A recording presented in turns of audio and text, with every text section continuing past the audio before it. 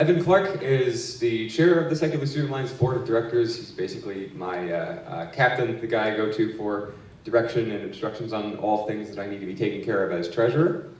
He was the co-founder and president of the Secular Student Alliance at California Lutheran University, actually the first SSA affiliate on a religious campus, is that right?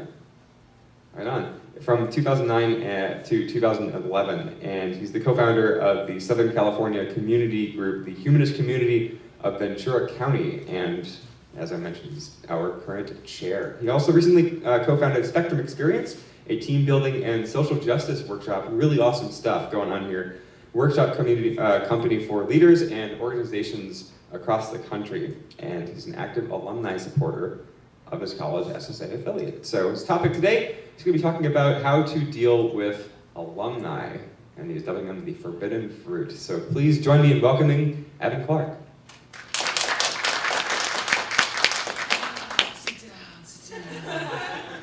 Okay, how late did people stay out last night? Show of hands, who made it past midnight? How about who made it past 1 o'clock? 2 o'clock? 3 o'clock? Okay, good, all right. 3 o'clock, I see 3 o'clock. Well, 5 o'clock, winner. I have no prizes. T-shirts are a few dollars outside. All right, so alumni. I graduated in 2011 from my student group, and it's been an interesting experience. I still live in the same city as my university, and I have been trying to balance what it means to be an alumni supporter of my group. So I jotted down a few things today, and like a good young professional, I wrote it a few hours ago, but I'm pretty confident in what I came up with, and then I will pick your brains to see what we're missing afterwards. How many of you actually are alumni of your group? Okay, and how many are current students? Great, okay. Good, then I will focus this mostly on alumni, and then we'll be able to flip it. But before we get started, I have a list of 5 things you need to do immediately if you are not already doing them, if you are an alumni of your group. Number 1 is stay involved in the secular movement in some capacity. You have more skills, connections, passion, and education about the secular movement than most local off-campus leaders today. You have experienced fundraising, budgeting, event planning, marketing, delegating, and working with national organizations. We need you, and you've already proven yourself as a leader. Don't leave us. If it's volunteering once a year at a local secular group event, or attending just one local talk, or just going to coffee with some local leader, do it. We don't want to lose you. Number 2, become an SSA alumni member. If you go to secularstudents.org/alumni, you'll be able to learn more. But basically, you invested your time, money, blood, sweat, and tears into making your group successful for your campus. You cared about their success, so pass it on. By becoming a national SSA alumni member, you gain the ability to vote in our board of directors election process. You access cool SSA swag. And you get a free 1-year membership to American Atheists if you're interested. SSA memberships are normally $35 a year. It's $15 if you're a recent alumni. Number 3, join at least one national organization in the secular movement. Become a member of SSA, Secular Coalition for Reason, for America, Foundation Beyond Belief, Camp Quest, American Atheists, American Humanist Association, Freedom from Religion Foundation, Secular Women. I don't care. Join one. Stay involved. Get on some mailing list. Think about what is still going on in this movement, and find what's important to you. There is a diversity of groups for a reason, and find your focus, find your niche. And need help picking one? We have lots of staff members at the SSA that would love to help you. What's amazing about our organization is because we support all stripes of on-campus groups, we support all stripes of off-campus groups as well. We've worked with or have supported pretty much every organization out there. So if you need help picking one, please just call up an SSA staff member, shoot them an email. They'll tell you what might fit best with your needs. Number 4 is be an out atheist or humanist. Studies show, based on a Pew Research study, the acceptance of gay marriage. When a person knows either a family member or friend who is openly gay, they're twice as likely to support gay marriage. We can look at the exact same thing for our movement and how this can be successful. So please, please, please be publicly out. People struggle to stereotype, generalize, and discriminate against others when their friends and family suddenly are in that group. Crazy, I know. So I really think that will have a major impact on our society as a whole, and more importantly, on the group and the student leaders that will fill that group in the future. If we want to support them, we need to support a society that accepts them. And then finally, number 5 is donate some money. And if you can't do it now, do it eventually. Be thinking about donating your time or money somewhere to this movement. I don't care if it's political focus, charity, or just volunteering your time. If you truly care about secularism in America and secular society, then volunteer, donate. But let's talk about things you can do to support your old campus group. I have 4 things here, and if I missed any, I want you to yell at me afterwards. I want to make sure we learn those things. But number 1 is volunteer. If you have skills, offer them. Personally, I have some graphic design skills, and so I wrote the student leader of my group going, hey, if you have a few events this semester, I'll make the poster for them. I was able to make 2 posters, one for their large speaker that came out. That was me giving time where they didn't have the skills, but I did. You might have skills in other places, offer those, whatever it might be. Maybe you write great blog posts and they have a website. Maybe you're really good at social media. I don't want you to commandeer the group, but if you have a skill that they lack, offer it. At the same time, offer your time. Maybe they just need someone else to help table one day. You can hand out stickers and buttons if you live locally, and I know you enjoy doing it. You led your group once, so please consider volunteering your time as well. So volunteer is number 1. Number 2 is promote. You can help promote your group. You can get out there and help with publicity, whether it be helping write a press release, whether it be networking with off-campus groups, whether it be helping put flyers up in the coffee shops. Especially if you live locally, you might understand the local community better than they do. You're out and in it, where if you're on campus, you get very caught up in what campus is. And then obviously, you have social media, you have some sort of network, use that. You have a network that is growing older and is now becoming more off-campus. Use that to help your group. The third one, possibly most important one, is network. Network, network, network. As a student leader and secular leader, you built a really big network. You connected with either leaders on campus, leaders off campus, national organizations, and those connections future leaders need. So pass them on. Be connecting them with new people constantly. Networking is one of the best things you can do for yourself personally, but the way it will impact the group you came from is probably tenfold. And then finally, number 4, is donate or fundraise for your group, especially if you got a great job out of college. Consider giving $20 a month to your group. Buy pizza for their meeting, buy cookies. Maybe they need help with printing materials. Just offer some financial donation to a group can go so much further than you think. And then also consider fundraising. You have an intimate knowledge of what that group does and how they connect with students or what events they do. You could probably speak to an office group as well as a current leader, especially if you're a recent alumni. And honestly, you might connect more with those people that are off campus. You know what it's like to have a job or to not be thinking about classes all day. You are starting to feel more like a professional and more on your own, and you will connect slightly better with some of the off-campus leaders. So please offer to fundraise for your group. And on the flip side, what can you, if you're a current student leader, ask of your alumni the exact same things. You can ask them to volunteer, to promote your work, to network or build your network or share their network, and to donate and fundraise. But I have some do's and don'ts that we need to be very cautious of when thinking about how to use your alumni. So I just will go through those. Do not do everything for your group. Really, I mean this.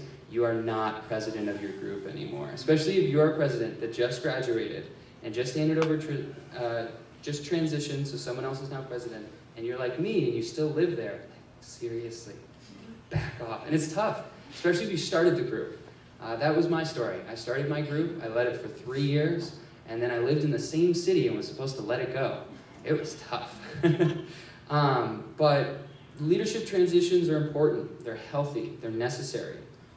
You had to learn how to become a leader, and so do your replacements. It doesn't matter if they're not as organized as you, not as creative as you, or not as enthusiastic as you, because it's their group, not yours. Number 2, do not get upset if the group becomes something other than what you envisioned. This movement is diverse. Our goals are not given to us by some holy book. We need to accept this. Honestly, it might be the healthiest thing for the group, and that's what I realized quickly. My group tried to replicate exactly what I did after I graduated, and they failed. They couldn't, whether it be do the style events I go, lead discussions the way I did, or the kind of field trips we did. But that was the only thing they knew, and they said, oh, that was successful, we should replicate it. The best thing they could have done was to go, we're going to do something radically different. We have a different group of people, they're more passionate about socials, let's do socials. And I wish they had done that, and now they're starting to get there. But really, you need to accept that they're going to be different, and if they start changing and being different, if you come in and tell them how bad it is, you failed. Fail sauce. All right, what I'd love for you to do is be a mentor. Consider that the hat you're putting on when you speak to your group. You are no longer a leader, you're a mentor. That means making yourself available when the group leader is stressed, overwhelmed, or burnt out. And you understand what they're going through. And in those moments, they just desperately need someone to talk to. You can give them the encouragement they need or the tough love they need. That's what a mentor does. If you still feel like a leader, you'll just pick up and try to lead the event for them. That's not your job. You're a mentor. Now, warning though, if we start lecturing them, we failed. Fail sauce. Let's avoid that. And then, do not give advice that is not wanted. Try only to give advice when it's requested. And this is difficult. Again, if you led that group, you feel a connection to its success. You care desperately what it does and how well it does it. If you live locally and you know there's something they can be doing to promote that group, you can advise them as a mentor, but generally, you want them to come to you. That's how you build that relationship as mentor. Otherwise, you're still just a leader. And then finally, do not offer to volunteer if you can't actually accomplish what you said you're going to volunteer. And this is big. You no longer are on campus. You can't be held to the same expectations as the treasurer or the secretary in that group. You have other priorities now. You might have different things to fill your free time. And so don't pretend you have the same commitment to the group that they do. If you're going to volunteer to do something, do it. And that's all I have. So, again, the 4 things are to promote, volunteer, network, and then donate or fundraise for the group, and then don't continue trying to lead it. Instead, be a mentor. So, I'd love to open it up for questions. For those of you that are alumni, I'd love to hear some things that have worked or have failed for you so that we can kind of, I think we have about 10 minutes, so we can have a little bit of a discussion about this and see if there's anything I missed. And I would love some stories, honestly. I know some of you have stories about what, I was talking to Brendan earlier about things that have gone well. He now plans a giant conference on the campus of his former student group and tries to work with them on that, but he's no longer a member of his group, so that can be a strange relationship. So let's open it up, and let's start with Lori. So, graduate students, because I was in my group until I finished my master's last year, but I'm still here as a graduate student, but also I'm an instructor. So my role has changed. I don't know where I'm supposed to be in terms of if I'm part of my group, if I'm an alumni, and what I should do. I try to support them from the back end, getting my students to go. You're still on the same campus? Yeah, I'm here. Okay. And so do you still participate in every event? I don't. Okay. As my role has changed, and as the group has changed also from, what my goals were, I just kind of took a step back and tried to support them on the back end, giving my students extra credit to go, stuff like that. I just want to be confused as a graduate student and an instructor where I should be. Yeah, that's a really good question. I think, and I probably should add that to this talk. Something we do with Spectrum Experience before we ever do a workshop is we set norms. And we do that so that everyone's on the same page before we dive into a topic or let emotions or stories come out. And so we're setting what boundaries we have and what expectations we have of each other. And that might be really healthy in that relationship as well. Because I know a lot of graduate students who are still leaders of the group. It's like they never left, which can be fine and work in that setting. But it sounds like you are looking for more of a mentor position with that group. And they might, unless you two communicate that from the beginning, there might be a miscommunication. So my guess would be clear boundaries from the beginning, but I don't know. Yeah, sure. Just first wanted to give a thought on this topic. I don't think there's any necessary big change from going from undergrad to graduate. It could be, but doesn't necessarily have to be. But I think the big change is taking on the role of instructor. I think that you now have a kind of professional responsibility to prioritize that. Remember, if you're out tabling and someone comes up to talk to the group about, I don't see it the way you do or whatever, what if you have that person as a student next semester? So for the good of the group, you have to possibly step back from the front visibility row to maintain the integrity of yourself as an instructor and the program. And what I wanted to ask you to kind of expand upon a little bit is the scenario that I think is much more common. You had a very fortunate situation yourself in a certain sense, but I think a lot of people, you may be an undergraduate in state A and a graduate student maybe in state B, and then you get a job in state C. And so I think that in a lot of cases, a person now living in state C, it's no longer very practical to be giving much support to colleges in states A and B. It's time to start building some relations with the colleges in state C. So how does the person and how does the college in state C interact to build that support in an appropriate way? So just so I have your question correctly, you're talking about that alumni in a new state trying to work with new groups? Or are you trying about how they can still support their old group but now from long distance? No, I'm saying that I presume that the only practical long-term thing for a person at the other end of the country is to work with the people in the place that they're in. And so I would making that be successful. Sure, and I mean, I want to encourage people to support as many secular groups as they can, and locally that can be the easiest, but I think we're giving up if we say we can't support our past groups just because they're across the country, because there's so much we can do virtually these days. Right, but that kind of stuff is kind of obvious to a certain extent, so I thought this would be more new thinking, but yeah. Yeah, I mean, maybe it is. But I think a lot of people, for instance, I grew up in Massachusetts and went to school in California. If I were to move back to Massachusetts after I graduated, I would feel a major disconnect from my group, where living in the same city, I'm able to have that physical connection still with them. And while it's natural, we all move on from our schools, what I really would encourage people to do is still try to find a way to keep some sort of connection. And again, if it's volunteering to write a blog post, that's something. If it's connecting them with somebody that can donate money, or if it's giving to the National Secular Student Alliance, that is a way of still being an active alumni supporter that I don't think we have processed. And this is still a very new idea. The Secular Student Alliance has not existed more than, it's been less than 2 decades. And the idea of alumni being pumped out of these groups is still a very young concept. So we need to learn what it means to be an active alumni supporter. Right, the future will have new stories to help us. Yes, lots of stories. Yeah. What I might add to that is, from the person who's moved, let's say, to a new town, they could use the SSA's website to find the local affiliates and make a connection.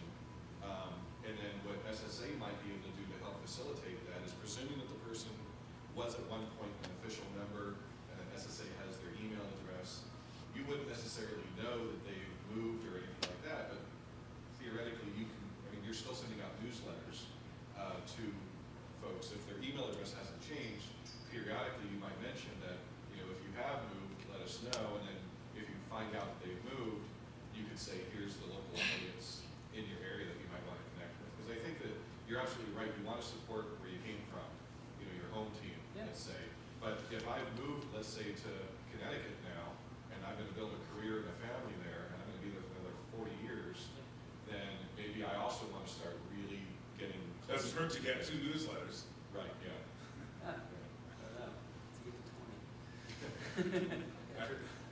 How much have you tried, or you might be in a slightly different situation, because I think you started an off-campus group after you left your group, but what kind of role do you see alumni playing in connecting their student groups with other organizations in the area, where there might be opportunities for collaborative, efforts, fundraising with the broader community?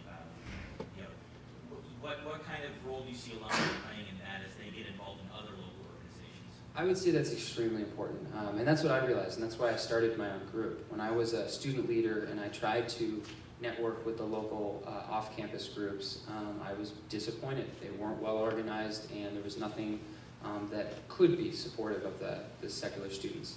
And so when I graduated, I got together with somebody who was donating to our local SSA group and go, let's start our own humanist group, and we're going to have the really close relationship with the SSA.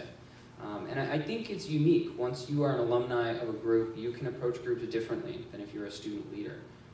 You can be kind of the liaison if there's a bad relationship, or you can get involved in that local group to fix that relationship. So I would highly encourage, once you're off campus, to either start building those relationships, be the liaison, or start your own group.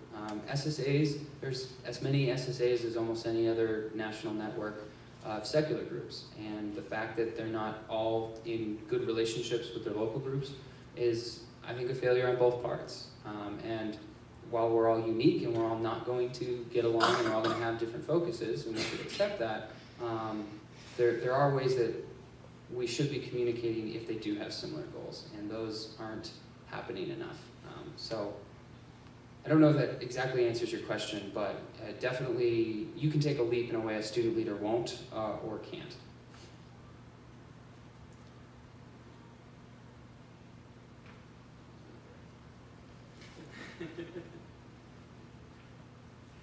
Yeah. Do the student groups know that they have alumni available to them? Like, or do they realize that?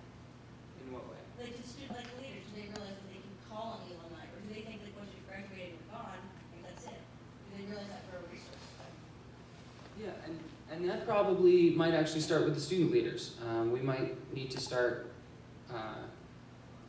when you become a student leader, kind of an expectation and part of the norms of your group is that you will have alumni from this group someday, and they will be connected. So for us, it's my SSA group, it was Facebook that was really helpful in doing that. The internal group kept communication between the alumni of 3 years and the current student leaders. I at one point tried to organize a SSA alumni meetup on campus during homecoming. It was a failure, but because the group was only 3 years old and no one was in town, and we were a really small campus. But I do think that is the future. We're going to suddenly have this large swath of people who identify as SSA alumni, but we need to start having people identify that way. So right now, a lot of us graduate and we go, oh, we're just a graduate of our campus. And I would love if we could add that label. I'm also an alumni of my Secular Student Alliance. I think if we look at other campus groups, whether it be an InterVarsity or a Hillel group, they really feel a strong connection. And they're part of this national movement, and we need to start building that identity. And that starts with the student leaders encouraging people to have that identity and expectation before they graduate.